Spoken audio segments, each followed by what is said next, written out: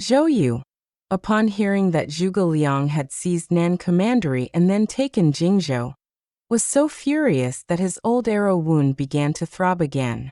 He lay unconscious for half a day before recovering. His officers urged him to calm down, but he gritted his teeth and said, "Unless I kill that peasant Zhuge, I'll never be at peace. I'll gather troops with Cheng Pu and Cheng Demu and retake Nan Commandery for the East Wu." At that moment, Lu Su arrived. Zhou Yu went straight to the point. "I plan to march and confront Liu Bei and Zhuge Liang. I will reclaim the territory they stole. Assist me, Zijing." Lu Su shook his head. "That would be unwise. We're still stalemated against Cao Cao, and the outcome remains uncertain. Our lord is attacking Hefei but hasn't taken it yet. If we start an internal war now, Chao's forces may exploit the chaos and strike us. Then we'd face disaster. Moreover, Liu Bei once received favor from Cao Cao. If we push him too hard, he might surrender the city to Cao and join him against Wu. What then?" Zhou Yu sneered. "We bled and fought, spent men and supplies, and he reaps the fruit. How can I not hate him?" Lu Su said patiently, "Please, Commander, restrain your anger. Let me meet Liu Bei and reason with him first. If talks fail, it won't be too late to fight." The officers agreed. Lu Su did not enter Nan Commandery, but went directly to Jingzhou. Seeing the banners lined neatly and the troops disciplined, he thought, "Zhuge Liang truly is extraordinary." Zhuge Liang opened the gates and welcomed him with ceremony. After greetings, Lu Su conveyed the message from Sun Quan and Zhou Yu. "When Cao Cao invaded the south, his aim was your lord. Only through Wu's victory was he saved. Therefore, Jingzhou's 9 commanderies rightfully belong to Wu. Yet your lord used trickery to occupy them, allowing Wu's army to waste men and grain while he enjoys the reward. This is unjust." Zhuge Liang smiled. "Zijing, a man of wisdom, how can you say such a thing? There's a saying, what belongs to the rightful owner will return to him.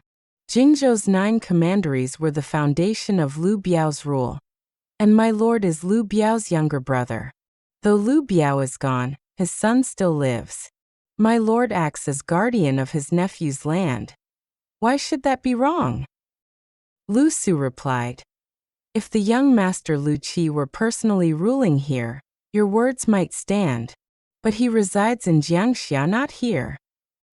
Zhuge Liang gestured, and attendants brought out Lu Qi from behind the screen. The young lord bowed weakly and said, "Forgive my poor health, Zijing." Lu Su was stunned into silence, then muttered, "And if the young lord were no longer here?" Zhuge Liang calmly replied, "As long as the young lord lives, we guard the province. When he no longer does, we can discuss it again." Lu Su seized on that. "Then if the young lord passes, you will return Jingzhou to Wu?" Zhuge Liang nodded. "That would be reasonable." He immediately hosted a banquet in Lu Su's honor. Lu Su returned that night and reported. Zhou Yu raged. "Lu Qi is in his prime. How soon will he die? When can we ever reclaim Jingzhou?" Lu Su explained, "He is gravely ill from indulgence and looks near death, pale, wheezing and coughing blood. He won't last 6 months. Then we can take Jingzhou justly." Before Zhou Yu could respond, a messenger arrived from Sun Quan. Hefei remained unconquered. Zhou Yu was ordered to withdraw to Chaisang to recuperate from his wound, while Cheng Pu was to lead the navy to Hefei. Zhou Yu had no choice but to obey. After Liu Bei secured Jingzhou, Nan Commandery, and Xiangyang, he was delighted and began discussing long-term plans. An old acquaintance, E.G., came to visit and offered advice. Liu Bei treated him with great courtesy. E.G. said, "If you seek lasting stability in Jingzhou, why not consult local talent?" Liu Bei asked who he had in mind. E.G. recommended the 5 Ma brothers, especially Ma Liang, styled Jichang, known for a streak of white hair on his brow. People said, among the 5 Ma brothers of Changsha, the white-browed Ma Liang is the best. Liu Bei invited Ma Liang and asked how to govern Jingzhou. Ma Liang said, Jing and Xiang are borderlands surrounded by enemies, difficult to defend long. Have Lu Qi stay here to comfort the people, while you petition the emperor to appoint him governor. Then march south to the 4 southern commanderies, Wuling, Changsha, Guiyang and Lingling, collecting wealth and grain to secure a foundation. That is the long plan. Liu Bei was pleased and asked which region to take first.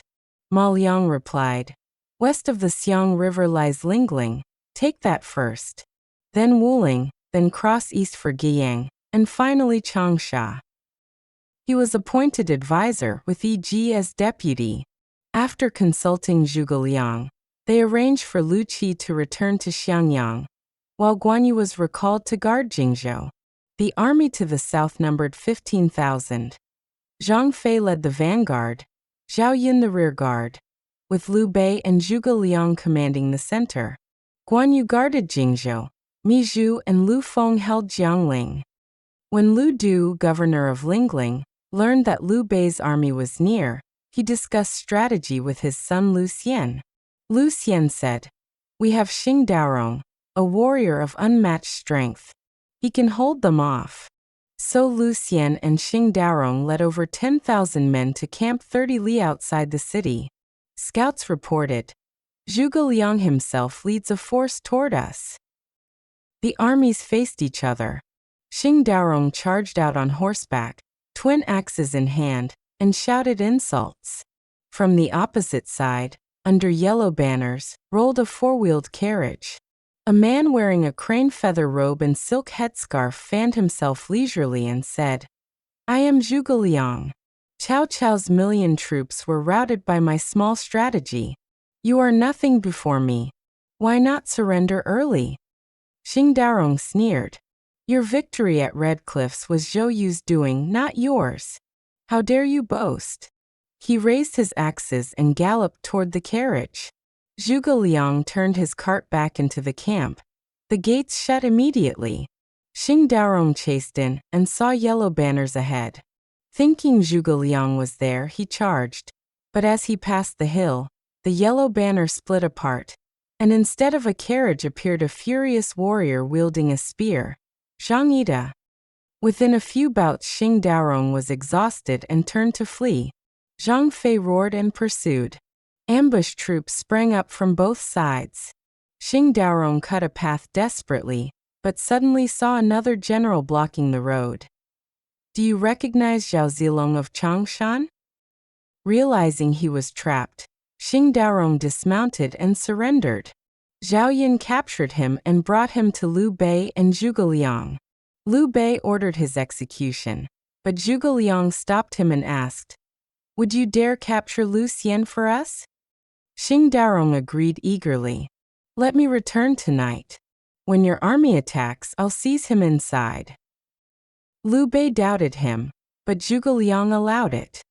Back at camp, Xing Daorong told Lu Xian everything. Lu Xian sneered. We'll turn his plan against him. Set ambushes outside, keep the camp seemingly occupied, and when Zhuge comes, we'll capture him instead. At the second watch that night, a force approached and set fire at the gates. Lu Xian and Xing Daorong led their men out to fight. The attackers withdrew, and they chased for 10 li, seeing no trace of the enemy. When they returned, their camp was ablaze, and Zhang Fei's troops rushed out shouting. Lu Xian cried, don't enter. Attack Zhuge's camp instead. They turned back, but after only 10 li, Zhao Yun's troops appeared from the side. Zhao Yun's spear struck down Xing Daorong, and Lu Xian was captured by Zhang Fei and brought before Zhuge Liang. Lu Xian pleaded, it was all Xing Daorong's doing, not mine. Zhuge Liang ordered him unbound, gave him wine and clothes, and said, go persuade your father to surrender. If he refuses, we'll take the city by force. Lu Xian returned to persuade his father. Hearing of Zhuge Liang's mercy, Lu Du decided to surrender. The city raised white flags and opened its gates. Lu Du presented the seals of office. Zhuge Liang returned them, letting him remain governor of Lingling, and sent Lu Xian to serve in Jingzhou. The people rejoiced. After rewards were granted, Liu Bei asked, "Lingling is ours. Who will take Guiyang?" Zhao Yun volunteered. Zhang Fei also wanted to go, and the two quarreled. Zhuge Liang said, "Zilong asked first, he shall go." Zhang Fei protested, demanding to lead 3,000 men himself. Zhao Yun also said, "I'll take only 3,000. If I fail, I'll accept punishment." Zhuge Liang was delighted and approved Zhao Yun's request. Zhang Fei grumbled, but Liu Bei silenced him. Zhao Yun led 3,000 soldiers straight to Guiyang.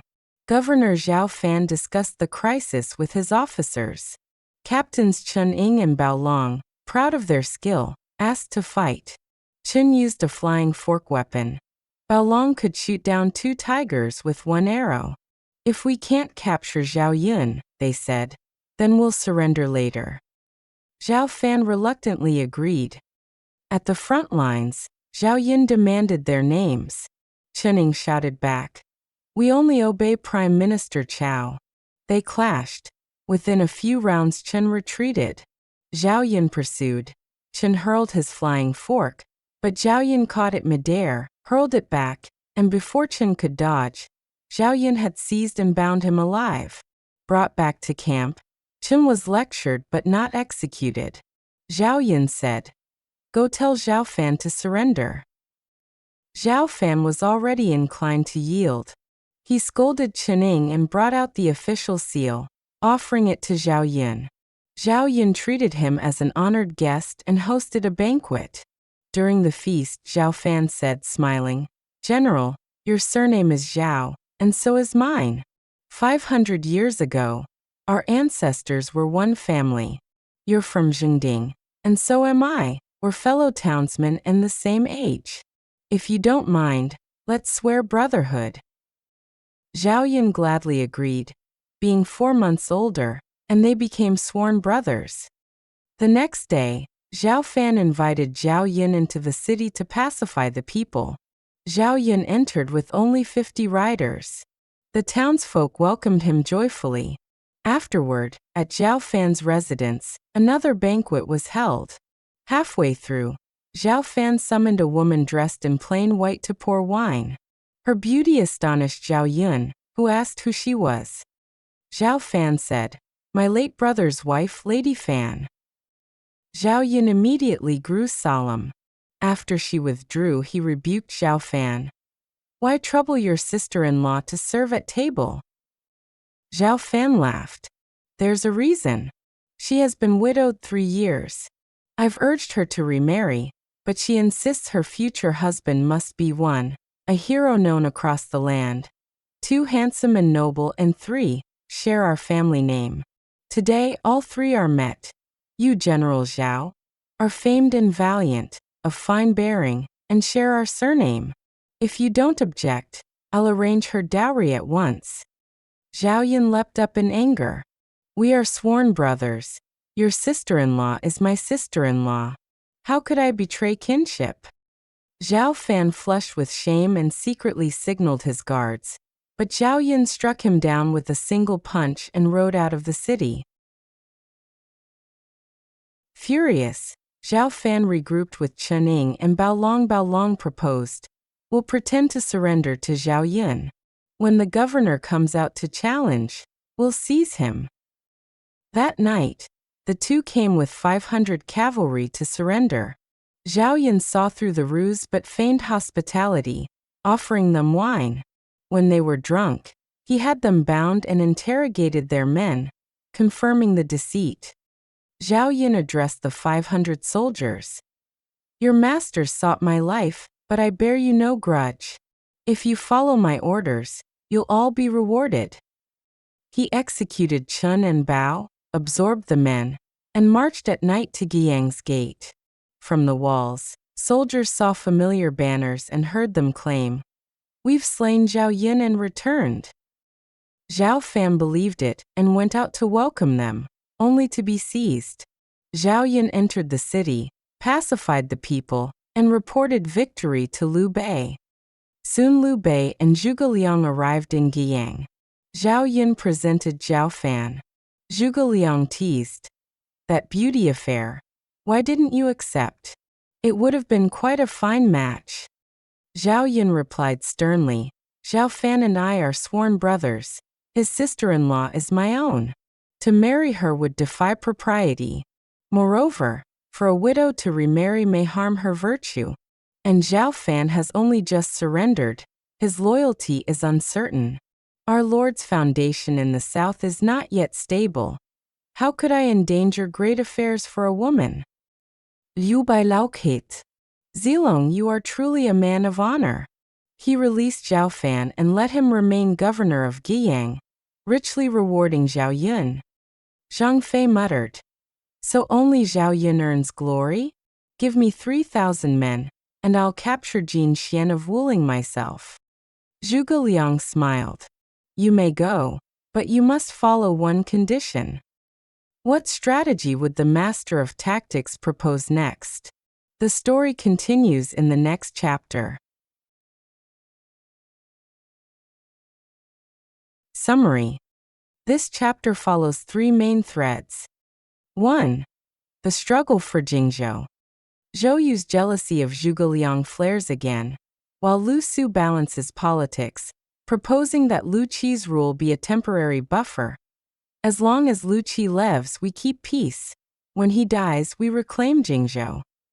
This pragmatic delay buys Wu time and prefigures the future contention over Jingzhou. 2. Ma Liang's strategy and the four southern commanderies.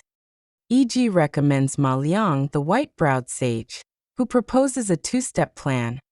Have Lu Qi pacify Jingzhou's people, while Liu Bei builds a new base by conquering the southern four commanderies. Lingling falls first through Zhuge Liang's trap and the combined ambush of Zhang Fei and Zhao Yun. An example of strategic deception coupled with mercy to win hearts. 3. Zhao Yun's moral victory at Guiyang. With only 3,000 troops, Zhao Yun captures Guiyang through courage, wit, and virtue. He catches and releases foes, rejects improper love in defense of moral order, and turns an enemy's trick against them.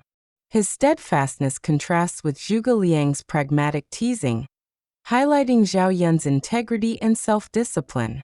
Liu Bei calls him a true man. The chapter ends with Zhang Fei asking to attack Wuling, setting up the next campaign. Knowledge points. 1. Zhou Yu's jealousy and the arrow wound relapse. Historical records contain no mention of Zhou Yu falling ill from jealousy toward Zhuge Liang. Their rivalry is a literary embellishment. Zhou Yu indeed commanded Wu's forces after Red Cliffs and fought at Hefei. But the notion that jealousy reopened an arrow wound is purely novelistic dramatization. 2. The promise over Jingzhou's return. Historically, the Sun-Lu agreement over Jingzhou was more nuanced. Sun Quan temporarily lent Jingzhou to Liu Bei on the condition that it be returned after Liu conquered Yi province. The novel simplifies this into the memorable line, "As long as Lu Qi lives, we keep it. When he dies, it returns," an artistic condensation of complex politics. 3. The Battle of Lingling Tactics. Scenes like the decoy carriage, the yellow banner ruse, and the pincer attack by Zhang Fei and Zhao Yun are literary inventions for dramatic tension. While figures like Lu Du existed, details about his son Lu Xian and the warrior Xing Daorong come from the novel, not historical records. 4. Zhuge Liang's overstated role in southern campaigns. In history, Liu Bei's conquest of the four southern commanderies was achieved through combined military and diplomatic efforts, not solely Zhuge Liang's direction. The novel centralizes Zhuge's genius to enhance his legendary image, typical of Luo Guanzhong's narrative style.